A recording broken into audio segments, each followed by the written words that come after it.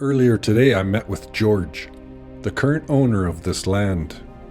I asked if he knew the history of the old house and barn that were still on this quarter. Here's what he shared with me. In the late 1800s, when George's ancestors left Poland, the world was shifting. The dream of operating and owning a farm in this distant land was enough to propel them forward. George's great-great-great-great-grandparents, along with their children, had sold what they could to afford the passage across the ocean. Although most of the details are lost, it is known that they ended up here, on this very spot, by horse and wagon. It was late in the year when Adam and his young family arrived on site. The first signs of winter could already be felt. The wind was getting colder. Priority 1, make camp somewhere on this new land. Once that was completed, it was off to build the hog barn.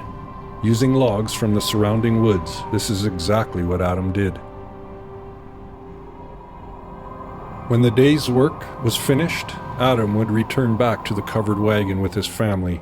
There they would have supper and huddle to stay warm. That's right, their first winter they spent living in a covered wagon, something unthinkable today. He worked through the days, which eventually became weeks and months, driven by the dream of a future life on this land. It wasn't easy though, with little sunlight during the day and nights that were brutally cold. That first winter, they learned the true meaning of resilience. As soon as the weather allowed, the barn was finished.